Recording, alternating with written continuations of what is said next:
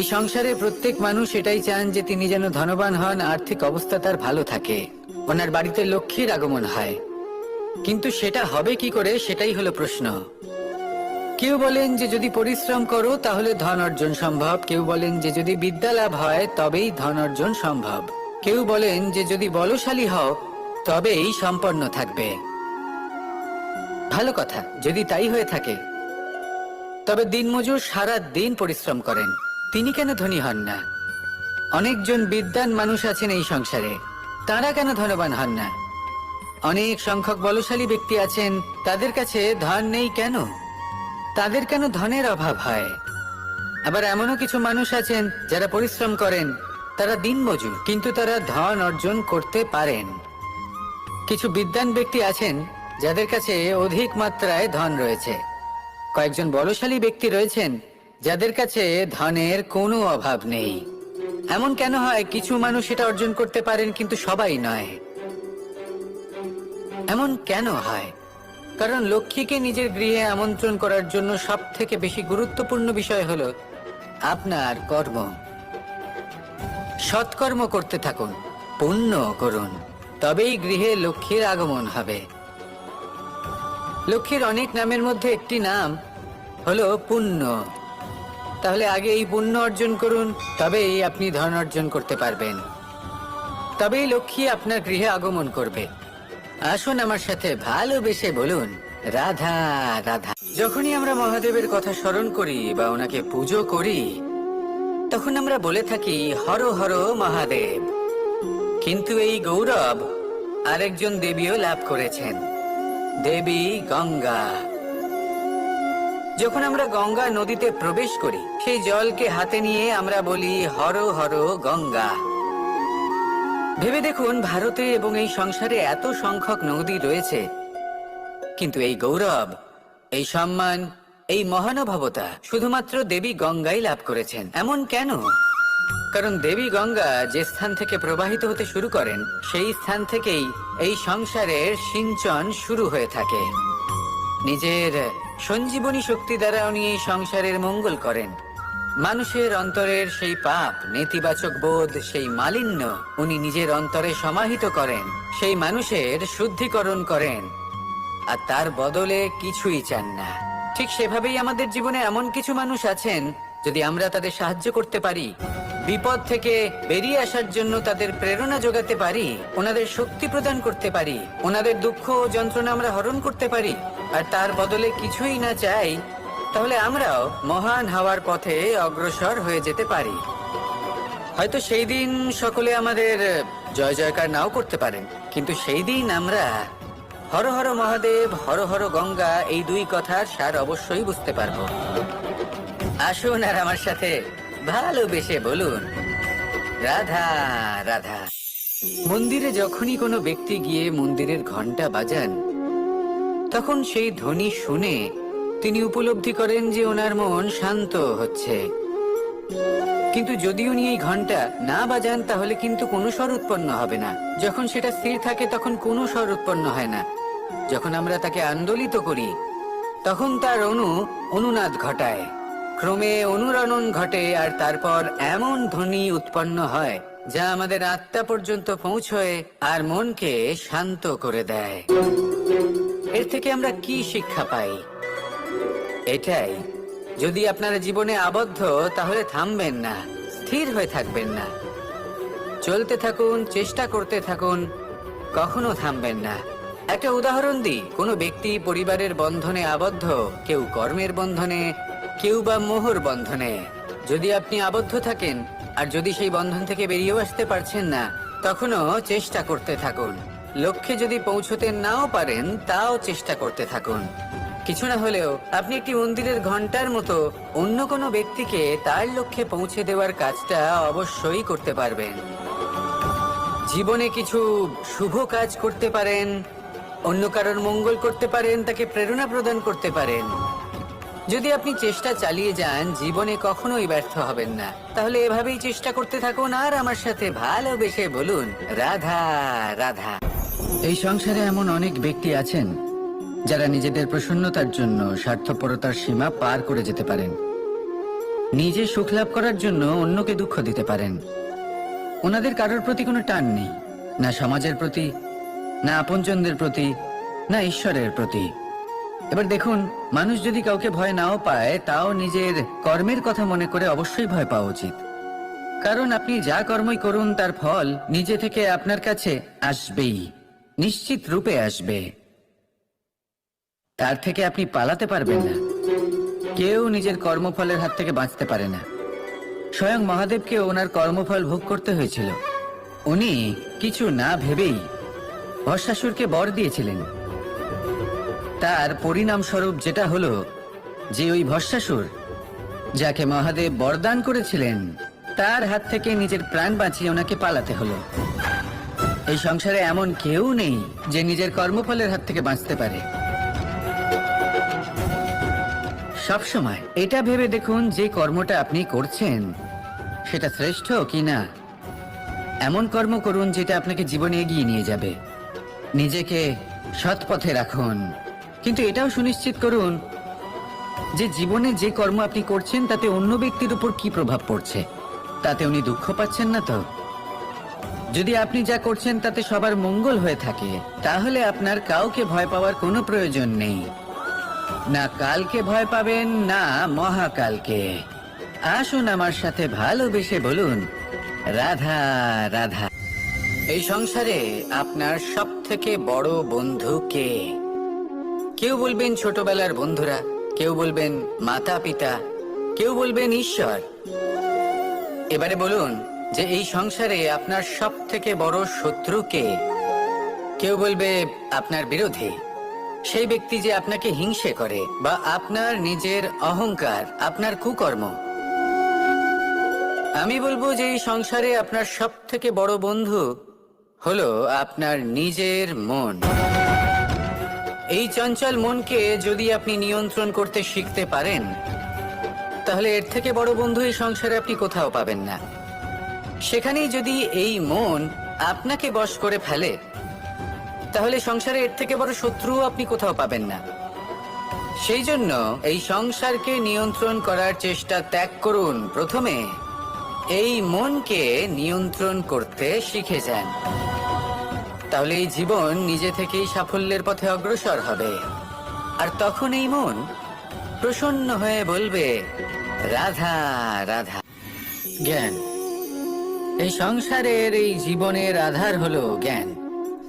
আমরা সবাই জ্ঞান লাভ করতে চাই, সামনে অগ্রসর হতে চাই।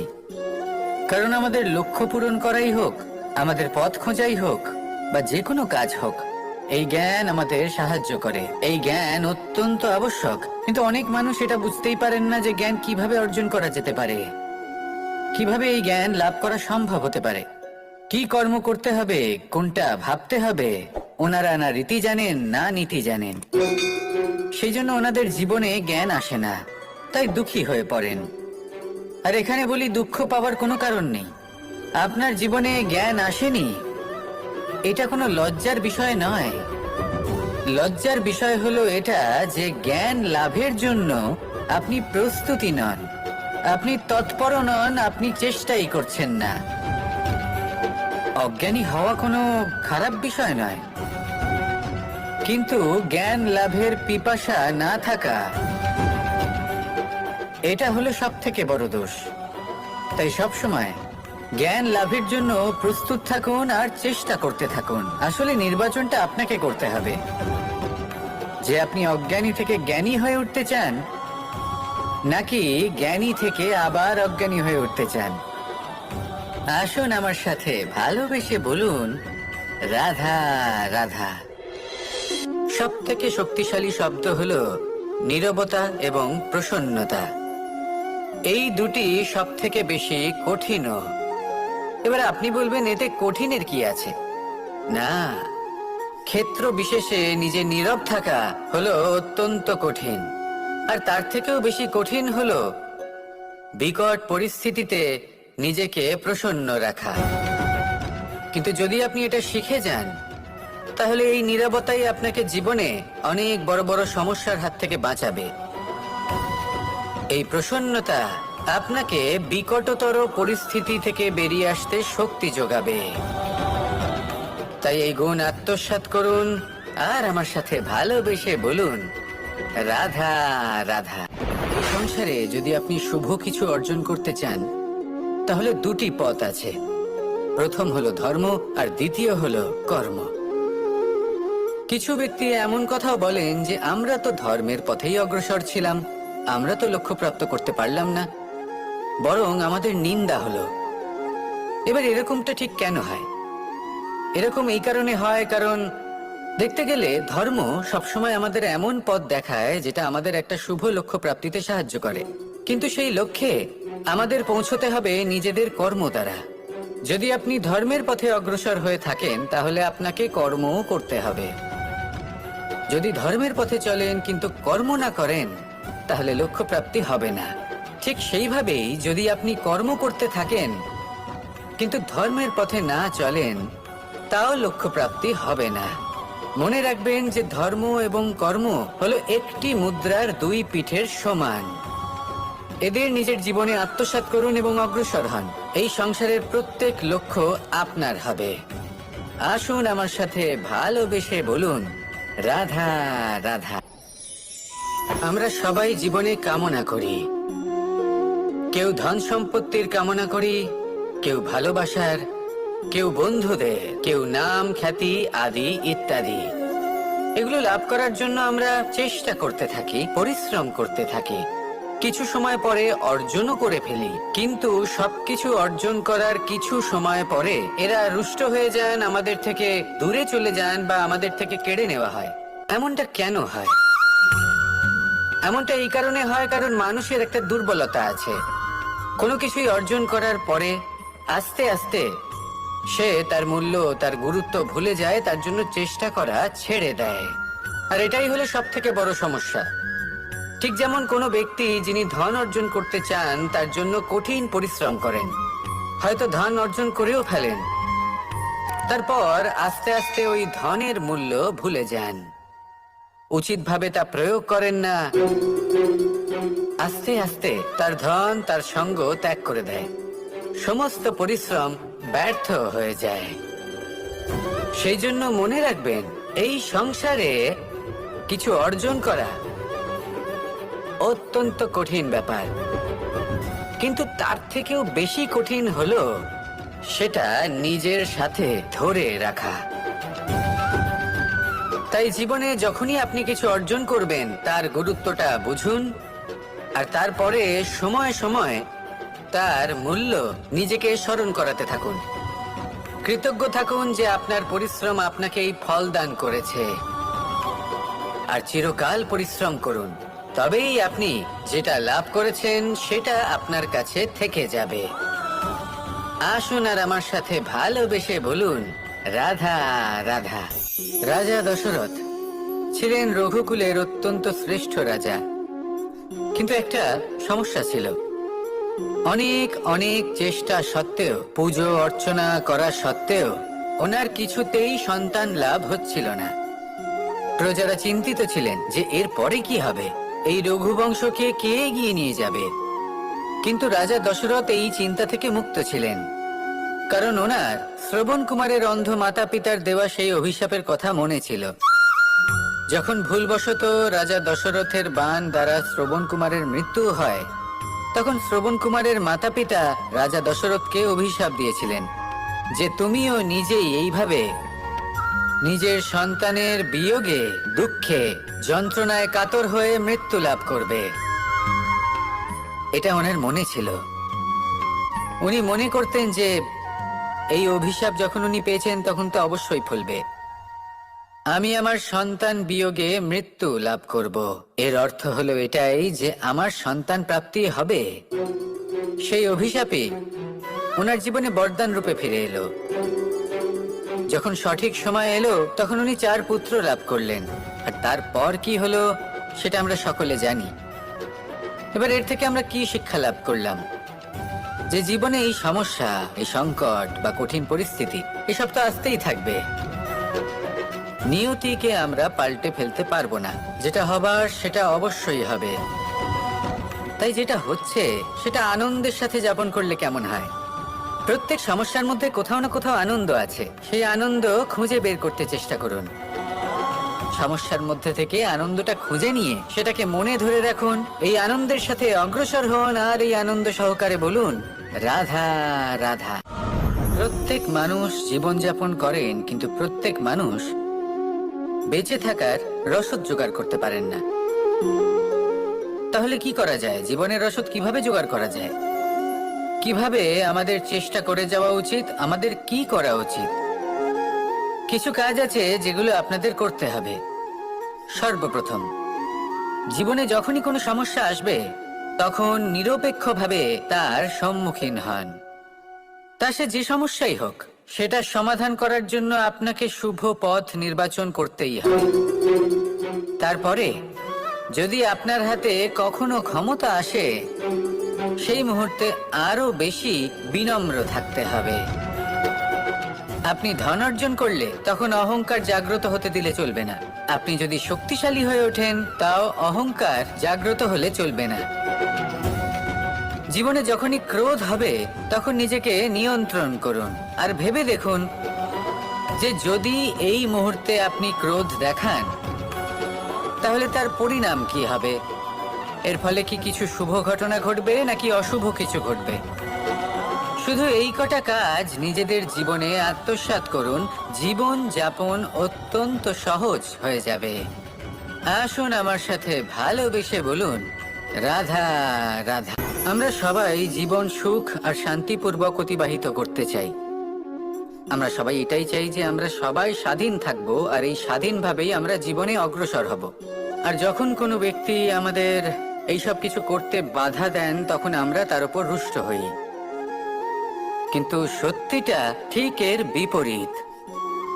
কখনো কখনো এই ব্যক্তি অজান্তেই আমাদের এটা ভাবতে বাধ্য করে দেয় যে আমরা যেটা করছি সেটা কোথাও অনুচিত নয় তো। জীবনে অগ্রসর হতে হতে, সুখ খুঁজতে খুঁজতে, স্বাধীনতা খুঁজতে খুঁজতে আমরা অনুচিত কিছু করছি না তো? এটা বোঝা অত্যন্ত প্রয়োজনীয়। আর এটাই আমরা বুঝবো একটা উদাহরণ দ্বারা। কখনো কোনো উপবনে যাবেন আর গিয়ে ওখানকার মালিকে দেখবেন কি করে। কিছু সময় অন্তর ও ঘাস আর আগাছা কেটে পরিষ্কার করে। আর এরকমটা কেন করে? সে নিজেই তা রোপণ করে, নিজেই পরিশ্রম করে, আর তারপর নিজের পরিশ্রমকে কেটে ফেলার কি অর্থ হতে পারে?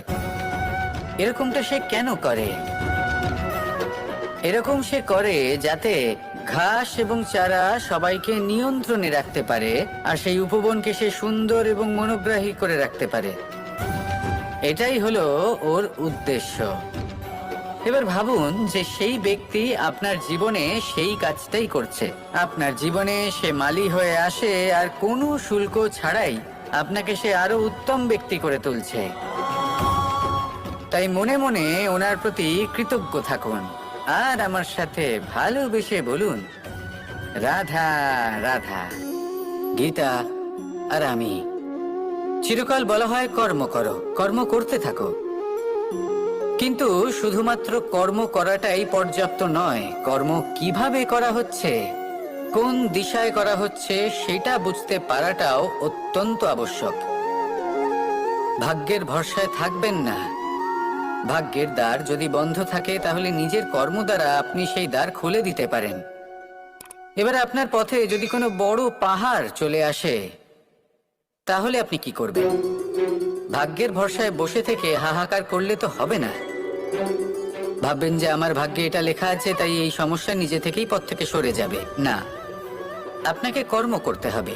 নিজের কর্মের দ্বারা এমন কোলাহলের সৃষ্টি করুন যাতে ভাগ্য নিজেই আপনার জন্য সেই দ্বার খুলে দেয়।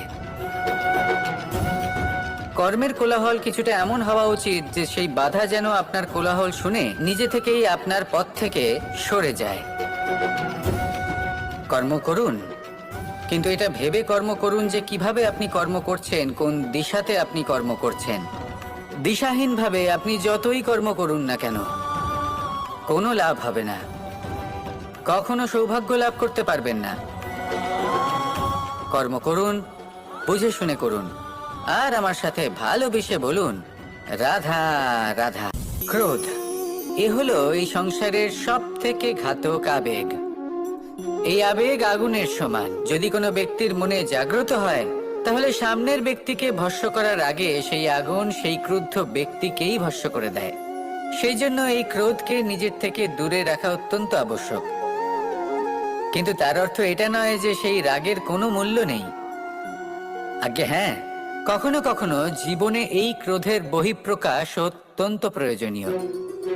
যেমন একজন ব্যক্তি, তিনি অপরাধ করেই চলেছেন, আপনি তাকে সুযোগ দিচ্ছেন কিন্তু সে কথা শুনছে না।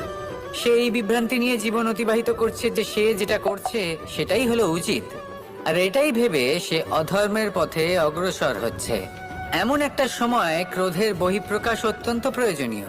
যেমন শ্রীরাম ক্রুদ্ধ হয়েছিলেন, উনি অগ্নিবাণ সাধন করেছিলেন সাগরের প্রতি, কারণ সাগর নিজের অহংকারে মত্ত হয়ে কিছুতেই শ্রীরামকে লঙ্কা পর্যন্ত পৌঁছানোর পথ খুঁজে দিচ্ছিল না। যখন শ্রীরাম ক্রুদ্ধ হলেন, তখন সাগর ওনাকে পথ দেখালো। ক্রোধ প্রকাশ করুন, কিন্তু উচিত সময়, উচিত পরিস্থিতিতে, উচিত মাত্রাতে। আর কখনোই এই ক্রোধের আবেগ যেন আপনাকে নিয়ন্ত্রণ না করতে পারে। আসুন আমার সাথে ভালোবেসে বলুন, রাধা রাধা। আমাদের জীবন হলো একটি যাত্রাপথ, একটি প্রতিযোগিতা। আর এই প্রতিযোগিতায় এগিয়ে থাকার জন্য, জয়লাভ করার জন্য আমরা সবাই কোনো না কোনো সাহায্য খুঁজি। কেউ ঈশ্বরের শরণে যান, কেউ গুরুর কাছে যান, কেউ মাতা পিতার কাছে যান, আবার কেউ যোগ্য বন্ধু নির্বাচন করে নেন। আর হ্যাঁ, এনারা সবাই আপনাকে জীবনে অগ্রসর হওয়ার পথে সাহায্য করতে পারেন। কিন্তু এমন একজন ব্যক্তি আছেন এই সংসারে, যিনি এই সংসারে আপনাকে সবার আগে নিয়ে যেতে পারেন। আর সেই ব্যক্তি হলেন স্বয়ং আপনি, আর কেউ নয়। অর্থাৎ আপনি যদি চেষ্টা করেন, পরিশ্রম করেন, তাহলে আপনার বন্ধু, আপনার বান্ধব, আপনার পরিবার, আপনার গুরু আপনাকে সাহায্য করতে পারে, আপনাকে আরো অনেক বেশি প্রদান করতে পারে। কিন্তু যদি আপনার চেতনাই না থাকে, তাহলে কেউ আপনাকে এগিয়ে নিয়ে যেতে পারবে না। যেমন ছোট্ট একটা বালক যে সবেমাত্র হাঁটতে শিখছে, প্রথমে সে হামাগুড়ি দিয়ে চলতে চেষ্টা করে। তার মাতা পিতা তাকে দেখে খুব আনন্দ পান, তাকে উৎসাহও দেন। সেই ছোট বালক দাঁড়াতে চেষ্টা করে, হাঁটতে চেষ্টা করে, আবার পড়ে যায়, আবার উঠে দাঁড়ায়, আবার চেষ্টা করে, আবার পড়ে যায়। আর ভবিষ্যতে গিয়ে সে হাঁটতেও শিখে যায়, আবার দৌড়তেও শিখে যায়। এই সংসারে আপনি যে কর্মই করতে চান না কেন, যে স্বপ্নই আপনি পূর্ণ করতে চান না কেন, সেটা আরম্ভ হবে আপনাকে দিয়ে, আপনার কর্ম দ্বারা। তাই কর্ম করতে শুরু করুন। বাইরে থেকে সাহায্য পেতেই পারেন, তা সদ্ব্যবহার করুন। আর আমার সাথে ভালোবেসে বলুন, রাধা রাধা। ভয়ের সাথে আমরা সবাই পরিচিত, কষ্টও আমরা সবাই পেয়েছি। কখনো কখনো আমরা অসুস্থ হয়ে পড়ি, আর এমন সময় হলে মাতার মমতা, কখনো বাবার স্নেহ, কখনো বন্ধুদের পাশে থাকার অনুভূতি আমাদের রোগ নিরাময়ে সাহায্য করে। কখনো যদি আমরা নিরাশ হয়ে পড়ি, তখন যদি আমাদের কোনো আপনজন আমাদের দুটো ভালো কথা বলে, তখন আমাদের মনোবল বেড়ে যায়। ঠিক তেমন সংসারের এই রঙ্গমঞ্চে যদি আপনি পীড়িত অনুভব করেন, কিছু শুভ কথা আলোচনা করুন, কিছু স্তুতি গান করুন, কিছু মুহূর্তের জন্য হলেও নিজের ইষ্টদেবের কথা স্মরণ করুন আর প্রার্থনা করুন। সাহস বাড়বে, শক্তিও বৃদ্ধি পাবে, এবং সামনে এগিয়ে চলার পথও দেখতে পাবেন। তখন এই মন প্রসন্ন হয়ে বলবে, রাধা রাধা। গঙ্গা ভারতের সবথেকে শক্তিশালী নদী, এমন একটি নদী যে নিজেই হলো একটি ইতিহাস। কিন্তু কখনো ভেবেছেন যে এই গঙ্গা নদীর প্রবাহ যখন গঙ্গোত্রী থেকে শুরু হয়, তখন তার উৎপত্তি কিভাবে হয়? হিমবাহ যখন গলে যায়, তখন একটি ফোঁটার জন্ম হয়। সেই ফোঁটাগুলোর সাথে আরো কিছু ফোঁটা যুক্ত হয়, তারপরে একটি ছোট ধারা উৎপন্ন হয়, সেটা বইতে থাকে। এর পরবর্তীতে আরো অনেক ধারা আরো অনেক ফোঁটার সাথে যুক্ত হয়ে যায়, আর অবশেষে একটা মহান বিশাল ধারা জন্ম নেয়, যাকে আমরা মহানদী গঙ্গা বলি। সেই জন্য এই কথা বলা হয়েছে যে একটি পাথর দিয়ে প্রাচীর বানানো যায় না। মহানদী গঙ্গা আসলে কি, যদি ভালোভাবে ভেবে দেখেন তবে এ হলো অগুন্তি জলের ফোঁটার মিশ্রণ, যেটা আরম্ভ হয় একটি ফোঁটা দ্বারা। একটি ফোঁটা যা এদের সকলকে নিজের অন্তরে সমাহিত করে নেয় এবং এমন একটি যাত্রা শুরু করে যা পরবর্তীতে মহানদী গঙ্গার রূপ ধারণ করে। এর থেকে আমরা কি শিক্ষা পাই? এটাই যে জীবনে শুধুমাত্র পরিশ্রম এবং সমস্যার সম্মুখীন হওয়াটাই পর্যাপ্ত নয়, সেটা তো সকলকেই করতে হয়। প্রয়োজন হলো সারল্য। সারল্য দ্বারা সবাইকে নিজের অন্তরে সমাহিত করে নিতে হবে, তাদের সাথে চলতে হবে, অনেককে এক করে তুলতে হবে। এই প্রবৃত্তি যদি আপনি নিজের অন্তরে জাগ্রত করেন তাহলে আপনিও গঙ্গার মতো মহান হয়ে উঠবেন। আসুন আমার সাথে ভালোবেসে বলুন, রাধা রাধা। জীবনে যখনই আমরা কোনো বিশেষ মানুষের সাথে পরিচিত হই তখন তার ব্যক্তিত্বের বিষয়ে আমাদের একটি নিজস্ব দৃষ্টিভঙ্গি তৈরি হয়। তা সে ভালো হোক বা মন্দ, আমরা নিজেদের দৃষ্টিভঙ্গি, নিজেদের ধারণা বানিয়ে ফেলি। কিন্তু আপনি কি নিশ্চিত রূপে বলতে পারেন যে এই যে আপনার দৃষ্টিভঙ্গি, সেটাই সেই ব্যক্তির পূর্ণ সত্য, সেই ব্যক্তি সত্যি সেরকমই? না, আপনি সেরকম বলতে পারেন না। কারণ যে কোনো মানুষের একটি চরিত্র, একটি ব্যক্তিত্ব অনেক বছর ধরে তৈরি হয়, অসংখ্য অভিজ্ঞতা লাভ করার পরে তৈরি হয়। আপনি একদিনে বুঝতে পারবেন না যে সেই ব্যক্তি কেমন। এই ভুলটাই বেশিরভাগ মানুষ করে ফেলেন। কিন্তু যদি সত্যি কোনো মানুষকে বুঝতে চান তাহলে একটু সময় দেওয়া খুব প্রয়োজন। সবার আগে প্রথম আলাপে সেই ব্যক্তি তো এটাই বোঝাবে যে সে কতটা শ্রেষ্ঠ, কিন্তু সে কতটা গুণী বা কতটা অপগুণী এটা বোঝার জন্য আপনাকে সেই ব্যক্তির কাছাকাছি থাকতে হবে। তিনি কতটা অহংকারী বা কতটা সজ্জন সেটা বোঝার জন্য আপনাকে সেই ব্যক্তিকে সম্মান দিয়ে দেখতে হবে। সেই ব্যক্তি কতটা লোভী বা কতটা সরল সেটা বোঝার জন্য তাকে ধন দিয়ে দেখতে হবে।